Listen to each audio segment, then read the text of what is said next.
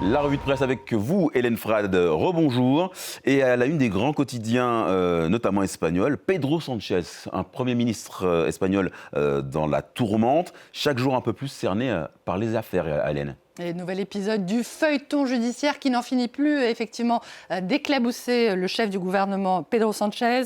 La perquisition hier du siège de son parti, le PSOE, dans une affaire de corruption présumée.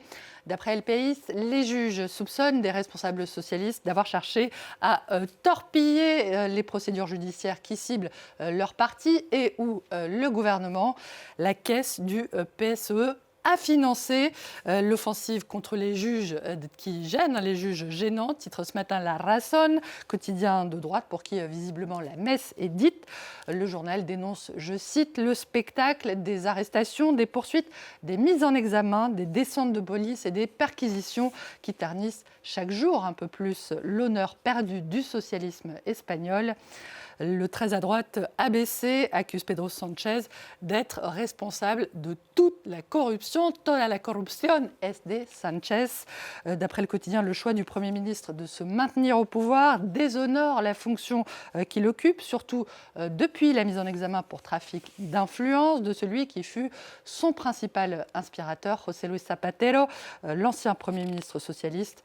Et face à l'opposition conservatrice qu'on entend ici, qui réclame à la fois sa démission et des élections anticipées, eh bien, Pedro Sánchez, cité par le journal catalan La Vanguardia, a de nouveau écarté hier ces scénarios et répété depuis le Vatican, où il se trouvait pour préparer la visite du pape, son intention d'aller jusqu'au bout de son mandat, qui est prévu en 2027. Autre information très commentée dans la presse aujourd'hui, Hélène, la convocation par le ministère des Affaires étrangères français de l'ambassadeur russe. Après cet appel de Moscou qui demande aux diplomates étrangers de quitter Kiev avant de nouvelles frappes sur la capitale ukrainienne. Oui, le Figaro rappelle le contexte dans lequel interviennent les déclarations menaçantes de la Russie, qui fait planer depuis plusieurs jours la menace d'une escalade.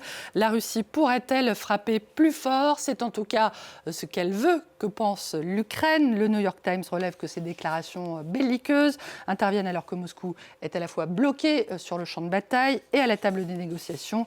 S'agissant du champ de bataille, The Guardian, le quotidien britannique, fait état du chiffre avancé hier par la chef du renseignement britannique qui évalue à 1,5 million le nombre de soldats russes tués sur le front depuis le début de l'invasion de l'Ukraine en 2022.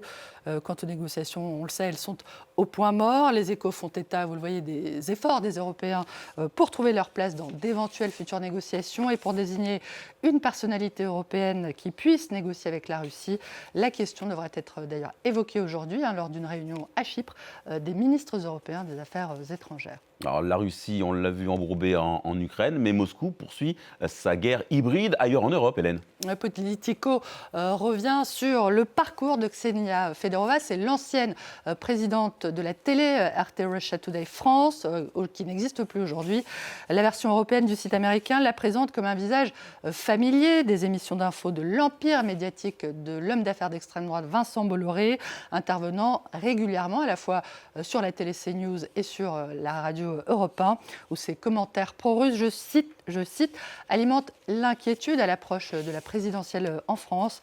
Dans un portrait publié par Le Monde, Ksenia Fedorova est même présentée, je cite, comme une protégée de Vincent Bolloré, dont l'offensive pro-russe de sa chaîne CNews embarrasse désormais le sommet de l'État. Le sommet de l'État, en l'occurrence le Premier ministre Sébastien Lecornu, qui a d'ailleurs demandé hier des explications à la ministre de l'Agriculture pour sa participation, révélée dans le papier du Monde qu'on vient d'évoquer, à un déjeuner où était invitée Ksenia Fedorova, mais aussi un conseiller du patron du RN, Jordan Bardella.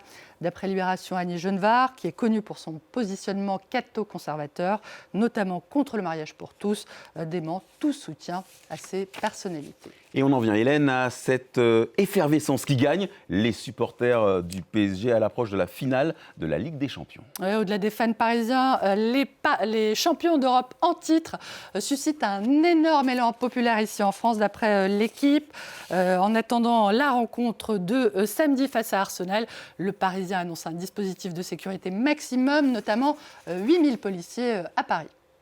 On termine par une bonne nouvelle, Hélène. Le buffle bangladais, surnommé Donald Trump a finalement échappé au sacrifice de l'Aïd. Oui, c'est ce qu'annonce le quotidien belge Le Soir, qui annonce que la star albinos qui est devenue le buffle albinos, j'en perds mon latin, qui est devenu une star des réseaux sociaux grâce à sa mèche blonde, qui rappelle un peu celle du président américain, a échappé à ce funeste destin grâce à l'intervention in extremis du gouvernement bangladais.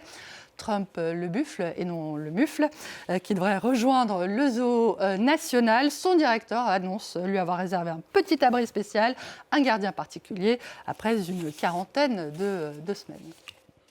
Petit soin pour Donald Trump le buffle. Merci beaucoup Hélène pour cette lecture des grands quotidiens internationaux.